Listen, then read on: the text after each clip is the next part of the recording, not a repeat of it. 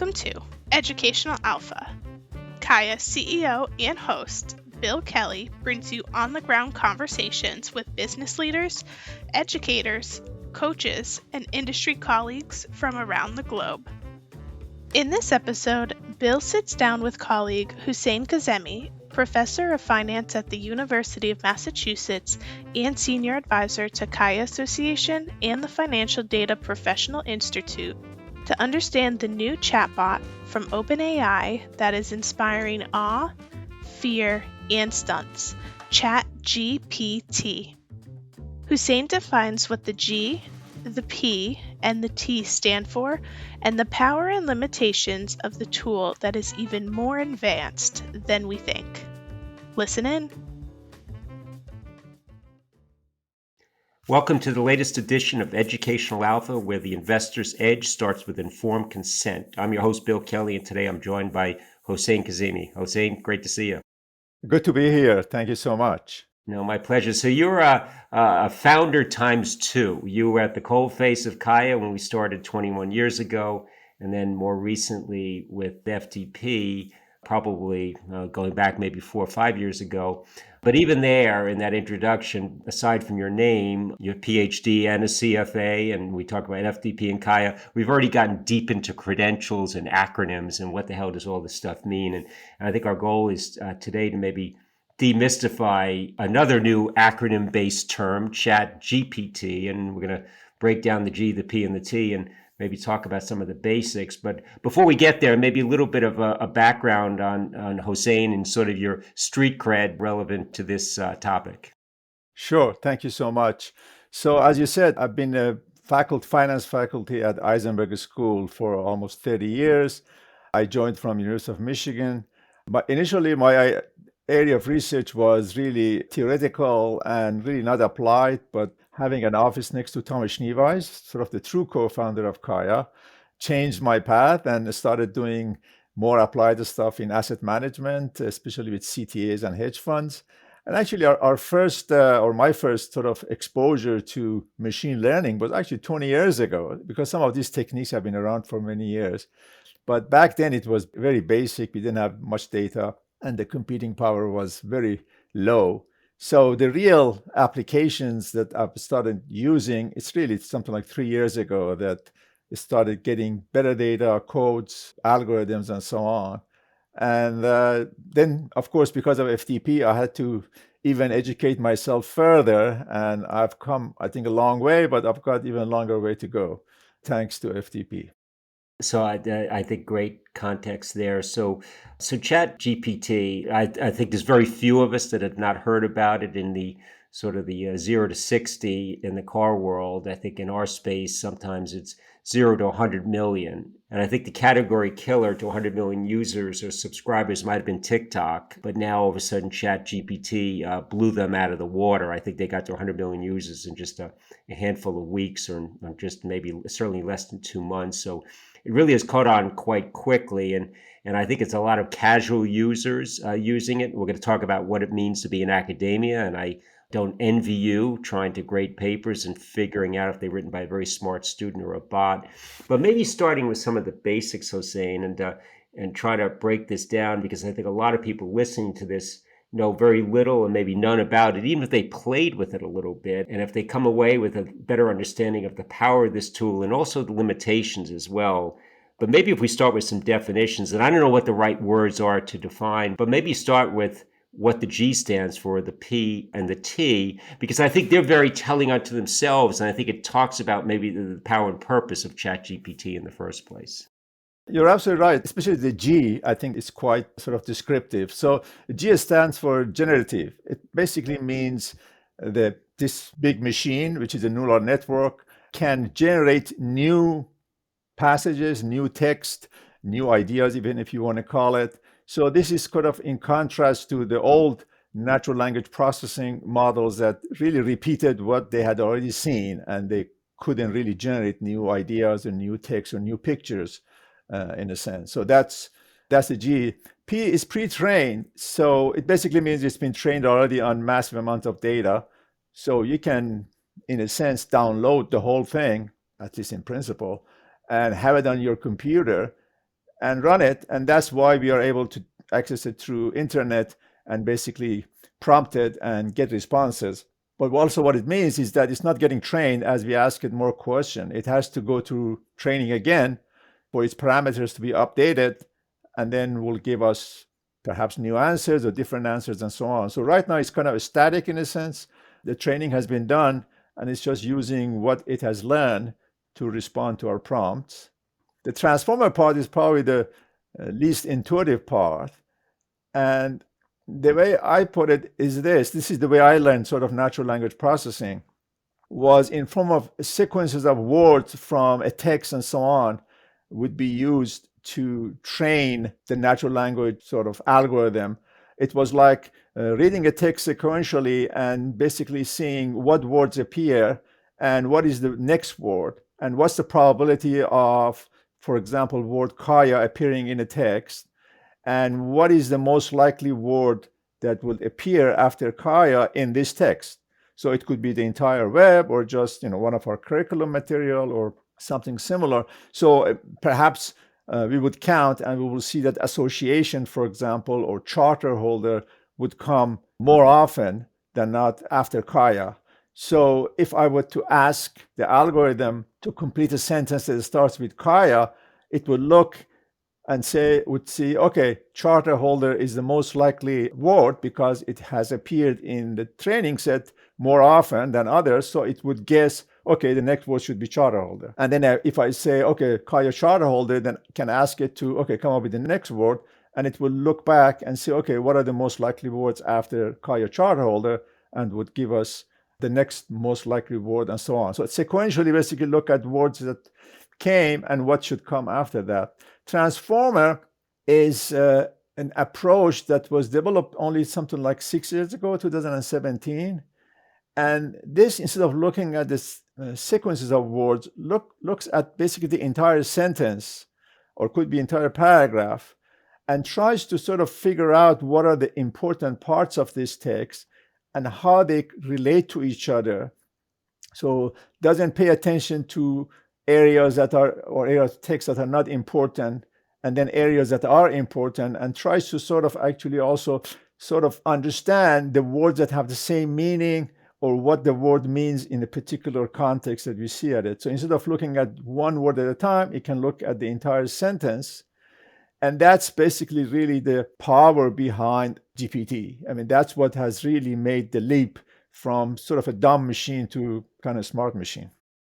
And for somebody that has been intrigued with this and is playing with it for the very first time, maybe they've paid less attention to, I don't know if first generation is artificial intelligence and then machine learning. So you're learning and doing, and then maybe ChatGPT is an extension of that. But you mentioned a couple things that are very much how the brain is wired. So neural networks, and if we as humans are just like we're speaking now, that I'm not thinking about what that next word is. It just naturally comes out because I've got a network of maybe thoughts, and my brain processes them. And this machine is able to use and maybe replicate neural networks and this concept of large language models. So we're going to try to stick with definitions and explain this. I mentioned a few things there, and I don't know if it's fair to say the first generation was artificial intelligence, and then the machine learns and improves the model, and then the large language models gets bigger, and then the neural net. So maybe you could take some of those words and maybe in a more cogent way, perhaps maybe formulate a thesis around it. Sure.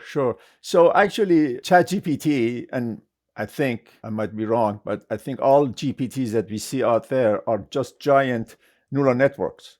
So neural networks are tools that can be used to identify relationships that are not clearly modeled. So, borrowing an example from accounting, if I know the revenue and the cost, I can calculate operating profits, for example. So that's a simple relationships. You don't need a neural network to sort of guess what that relationship is, and you can feed it a lot of revenue and cost figures, and of course it will calculate the operating profits, but you don't need it. But if you have a complex relationship that is even not well defined in our mind, we know there's some relationship between maybe earnings growth and stock price returns in the future, but no one really can agree what is the actual model. There's no mathematical, well-defined relationship there. So in that case, a neural network can basically kind of replicate human intuition, and given enough information can come up with a relationship, assuming that there is a relationship. So this giant neural network has 170 billion parameters that have to be estimated for it to work. So all the training basically that is done is to identify the optimal value of these parameters. And this giant neural network is trying to come up with the model of language. So that's what it's called large language models. It's trying to develop a model of language. And that's how it can generate new ideas. In other words, once you have a new model of language, then you input maybe a word or a prompt, and it can generate new ideas based upon the model, not precisely based upon what it just read or a text that was used for training. So it may generate something that was part of no training set. Of course, it's going to be a combination of those because it's using English language, but it generates something totally new as a combination of things that it has read. So I'm going to put a link to this one particular article that you sent to me, but you're a voracious reader on so many topics, and you've sent me a couple of very interesting articles on this. And it's something you just said, Hossein, that if I went into ChatGPT today, right now, and asked it a very specific question, it would quickly start cranking out sentences. Then if I stopped and did it again, or you did it and said the exact same thing, it's not going to come out the exact same way. So it's using some form of probabilities to formulate that next word and the next sentence. But it's just like if you and I recorded this podcast again, we wouldn't say exactly the same thing too. So how does this concept of probabilities work, and how does it determine what that next word is going to be? Yeah, so this idea of not really sound like a machine repeating the same thing over and over again, this has been kind of around for a while longer than GPT or transformers came along. And that, to set it up, is not actually that complicated. So think of, again, you read a text, you give a text to a natural language processing. So what it does, the language processing, is basically assigns a number to each word and then counts them and say, okay, in this text, again, CAIA appears that many times. And after the word CAIA, let's say 60% of the time you have charter holder, and maybe 50% of the time you have program, and so on and so forth. Now, if the program goes by the word that appears in the highest probability, then it was always going to repeat charter holder after CAIA. And you always get the same sentence, basically. Everything is going to be deterministic, no surprises. But you can assign basically a function that would say, well, don't always pick the highest one. Maybe pick the second highest one a bit more often than the probability of it justifies. And of course, don't pick one that has appeared only 1% of the time. So it's not that it would pick just words randomly. It would pick them, but according to the probability that they've appeared. So it may pick the second highest probability word once in a while. And the third one could appear a bit less often, but then you ask the same question, you will get a different answer because it's just picking those most likely words somewhat randomly. So that gives it a bit of a human touch in a sense, if you want to think about it. But still, it's kind of looking back at the text it has learned and is trying to pick words that have appeared in the text. In other words, it's not going to give you a word after CAIA that has not appeared in the text at all. However, the GPT can come up with a word that has not appeared or appeared very infrequently after CAIA because it's developing a model of the language and it's trying to come up with a sort of a coherent paragraph in response to our prompt. So if our prompt is something unusual, we may get a word after CAIA that has appeared maybe only 1% of the time in the text that it has read. But in that context, it might be the one that makes most sense. Yeah, so I do follow that, and I'll put a link to that article. The other observation I hear quite often is this generative AI going to take my job? And I look at myself and you, Hossein, and I say, well, if you're in your 60s, maybe you don't have to worry about it all that much unless you're going to be working into your 90s, which I plan on. And maybe you do too. So maybe we should worry too. But I played around with it a bit, and I've asked it to predict certain things, certain outcomes. And it could be who's going to win a golf tournament that I may be in a pool, or what is going to be the best performing S&P 500 stock this year. And it very quickly backs off and says, I'm not in the prediction business. So, which I get. But on the flip side, if you're a CAIA trained analyst, you are in the business of making calculated bets and coming up with individual asset classes, sectors, stocks to get the very best risk adjusted outcome for your end client. So you eventually have to take in a lot of data, and then you're going to have to make certain calculated guesstimates as to where you want to apply your capital. So on the one hand, ChatGPT has ability to take in so many inputs from geopolitical risks and what the Fed is doing and inflation. Is the US going to default? And I think it could be a better predictor to some degree, yet it doesn't want to be in that business to some degree. Maybe eventually it is. So I think it's a combination of this can crunch a lot of data very, very quickly for me. But then I have to figure out as an analyst how I can take that data and put it into my overall investment thesis. Does ChatGPT eventually become an analyst itself, or will it always be shortcomings? Well, since ChatGPT or all of these models are basically neural networks, which kind of model like after the brain, just like humans, they need to be specialized. So ChatGPT has been trained on vast amount of data, and it's not really been trained for a specific task. In other words, if I really wanted to use ChatGPT for stock predictions, I would probably structure it differently. I would train it on a lot of stock returns and so on. And actually, when I'm training it, I will reward it in a sense, or I would set it up to know that it's made a mistake if the prediction is wrong. And that's not the way ChatGPT was trained. So ChatGPT was not trained for stock predictions. Now, ChatGPT 3, which is the previous model, was pretty bad in calculations. You would give it some simple arithmetic and it would make a mistake. Got the score, I think they tried the AP calculus with ChatGPT 3 and basically barely got above zero on the test. Now, ChatGPT 4 has improved quite a bit and basically it scored above 50% on all AP tests.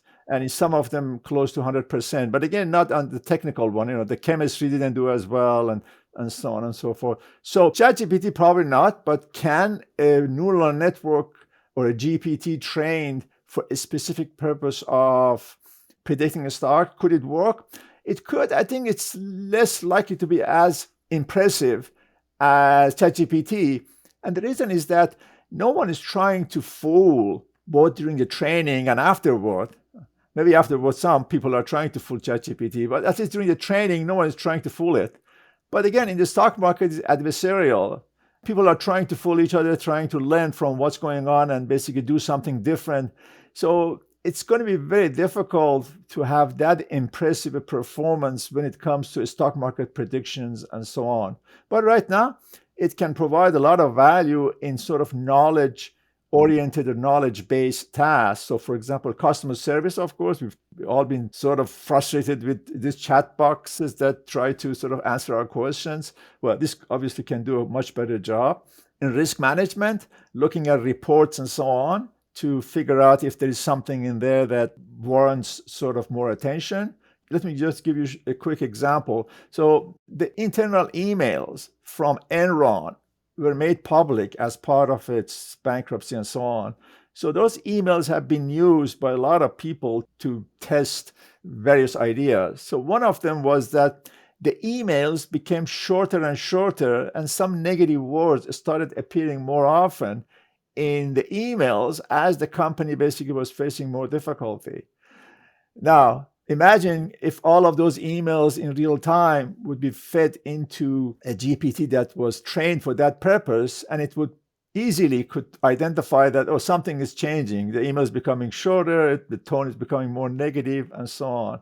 So that would be a very, perhaps simple, quote unquote, application of ChatGPT right now. documents, any documents can be summarized much quicker with ChatGPT or some version of it than humans can do. And also fraud detection, getting this massive amount of data, again, finding sort of some anomalies in the pattern. Again, that is doable right now. A stock market prediction from ChatGPT, it's not going to work at all. As I said, it's even lousy in doing some basic arithmetics and doesn't have the most recent data. It was trained up to 2021. So if you ask something about, who, won the last night's game, it wouldn't know because it was not trained on that. So it has some applications right now, but the ones that everyone is kind of looking at, predicting the stocks and so on, I think that's probably a long way from now. Well, in a modern day example, and maybe we'll have the chance to have somebody do this. I'm not sure if SBF even knew what an email was. I don't know if it was Slack or whatever his communication platform was, but to look at some of the communications with Alameda and see, and I'm sure maybe that train wreck was visible well before it hit the wall. So a couple of thoughts here, Hossein. So your writing style and my writing style and anyone's writing style has a certain sort of DNA. And if somebody reads something I wrote, I think they're going to sort of say that sounds like what I hear from Bill Kelly in terms of style and tone. If you and I went away and used ChatGPT for a year to write stuff for us, memos, emails, letters, would your version of it start to sound like Hossein and mine, Bill Kelly? Is it learning us or is it just learning full stop? Well, if it's pre-trained and training these algorithms is very time consuming, very expensive. So something as powerful as ChatGPT is not going to get trained every second that everyone asks questions. So as I said, ChatGPT stopped training back in 2021. So everything it's doing now is not adding to that training. So it's not going to learn from our sort of writing style and so on. The only thing that could happen is that we actually get trained to ask better questions or prompted in a better way to get the answers that fit our needs. So actually, I did try a few things with it about recommendations and writing practice questions for my class. And I noticed that I have to be more specific. And finally, I got the type of questions that I wanted. So actually, I was getting trained, right? And ChatGPT getting trained. And I was able to produce something that I wanted. So now, if it's a smaller program, a smaller sort of engine, yeah, you can train it, maybe not real time, but often, but then it's not going to be very powerful. So it's a balance there. Yeah. Well, it's sort of a follow-up, but maybe tied to a real life example for me. I think when I first started playing with it a few months ago, maybe it was even late last year, but recent at this time, I asked it to do two things. One, I first asked it to write a bio of William Kelly, CAIA. Semi-common name, but the CAIA maybe sets it apart a little bit. And it nailed my current role at CAIA. But then it had near misses of everything else in my career. I had the right city, but the wrong company. Or I sit on the board of the Certified Investment Fund Director program in Dublin, but it said I was on an advisory board in Dublin for Irish culture. So I'm saying to myself, if this is going to replace Google, why couldn't it have done the equivalent of Googled me and nailed my profile? So I was a little bit of a head scratcher, but maybe to finish the narrative, you can comment on both. The second thing I asked it to do was to write a congratulatory letter to people that had passed the FDP exam or the CAIA exam, which I do every cycle. And I know we just had FDP results that came out just this week. And those letters were spot on scary. And it almost sounded as if it went and found the letter that I wrote. It sounded like me. Now, to the audience, every letter I write is sincere and not generative AI. It is Bill Kelly. But it was interesting how spot on that was. So I'm scratching my head saying how something so simple as writing my bio got it kind of wrapped up in itself and missed the mark. But then when something like writing a fairly thoughtful letter, it nailed it. Yeah, I mean, actually, it goes back to, I think, what I said. It's a model of language. So a model of language really doesn't help with factual stuff. In other words, a model of language cannot really help in identifying who you're working for or what your background is. But the model of language is perfect for writing a letter that is expressing something that at least it has seen before. If you ask it to write about something that's never seen before, it's going to be tough. So it probably has seen some type of letters similar to that for maybe exactly what you wrote in the past, if it was on the internet or somewhere else, or something similar. So it has developed a model that includes that one, but it's pretty bad with factual stuff. And of course, if anything happened more recently, it's just not going to have any idea about that. And in the language of OpenAI, they basically say the program is hallucinating. So. But if this eventually is part of Web3 and if it's going to replace Google, it's going to have to get better at things like that. The equivalent of a Google search is usually, I think maybe falsely, we put so much reliance on it. But if we ask it for the best restaurant in Boston or give me the bio of this person I'm going in to see, it's pretty spot on. At least we assume it is. In many cases, it has been. And I assume that if ChatGPT is going to replace Google, and maybe it's not, I don't know, maybe you have a view on that, Hossein, but I've seen that thought process in the popular press. It's going to have to get better at some of this factual stuff. Well, I mean, right now, if you go to Google's BERT, then at the bottom, there's a basically button to search on Google if what you're looking for is some factual stuff. But also there is a way, and I think Microsoft is doing that, is you prompt ChatGPT, and ChatGPT basically takes your prompt and creates a very precise search request that Bing or Google could basically do the search. So you could use ChatGPT to do a better search, but to have it include all the factual data and so on, because Google is scraping websites every second, every millisecond, that's going to be tough to do, but it could be an interface to a much smarter search. That's at least what I've heard. Okay. So maybe moving toward conclusion, and I'm going to maybe put a few articles below this when I do post it and encourage the community to do it as well, because I think demystifying and educating people on this topic, I think, is something that we must be doing, because ultimately these tools need to be used in our space for better outcomes for the end client, not to make the GP more clever.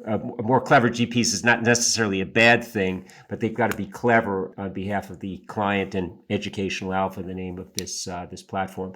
But last question, Hossein, in your day job, and I maybe jokingly, but less so, brought this up in my opening, that I think I'd hate to be anywhere near academia in this brave new world. And how much of a challenge has it been for you as an educator when you're assigning a paper on a very maybe deep and thoughtful topic? And how do you know if a student wrote it or a bot wrote it?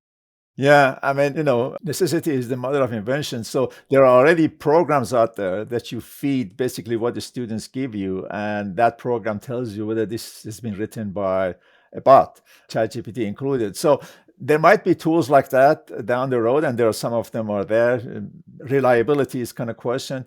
But I would say there are two types of teachers right now. So there are some, maybe a minority, who actually encourage students to use ChatGPT. But then you have to really revise your teaching and curriculum and everything that you're doing. And then there are ones who are hoping that they're not using it, or they try to give problems and maybe homeworks and so on, that maybe would be somewhat more difficult to use ChatGPT to do it. So, calculations and so on, I think, is one way, but you cannot give calculations for every topic and so on. So I'm actually started in the second group. I thought we should prevent the students from using it, but very quickly I realized that that's not going to happen. And actually, I've now realized that actually it's quite useful. So I tried it. I asked it to actually come up with questions, practical questions, from a text that I uploaded to ChatGPT. And it came up with, I asked for 10 questions. And of those 10, 2 of them were not good at all. Of the remaining 8, with some minor editing, I used them. I used them in the class. I told them this was generated by ChatGPT. First of all, generated excitement in the class. The students paid more attention, at least for 5 more extra points. And then they all basically said, can we try it on our own? I said, sure.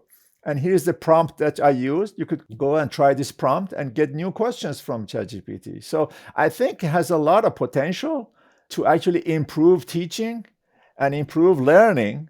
One simple one would be more practice questions, you learn more. Well, ChatGPT can generate hundreds and hundreds practice questions, but you need a human touch to make it useful. So I told the students, don't try to answer every single question that ChatGPT produces because some of them are nonsense. And actually, that's a learning in itself. You can identify which one makes sense, answer them, and which one don't make sense.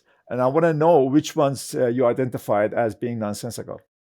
Well, I think that's a good way to leave it. And I don't know how many thoughts the typical human brain is able to hold at once. I think your brain can hold more than mine. But there's 5 things I circled on my index card here: the G, the P, and the T, the generative pre-trained transformer. But then the other two, and this was maybe obvious, but now you hammered this point home, it's a language model, not a predictive model. And I think if you just understand the G, the P, and the T, and understand that it's large language models and it's not meant to be predictive unto itself, I think that's a very good entry point to learn more about it. So, Hossein, very much appreciate your partnership throughout these last couple of decades and all you've done at CAIA and FDP, but also being incessantly curious and helping us maybe understand maybe something that is going to be garden variety to us in not too distant future and how to embrace it. So thank you for that. Oh, thank you. I enjoyed it. And as I said, one of the great things about FTP was that I had to learn quite a few things. So I feel good about at least speaking about these things thanks to FTP. Yeah. Excellent. Well, thank you, Hossein. And please join us on the next segment of Educational Alpha as we look to always put the investor first through transparency, education, and informed consent.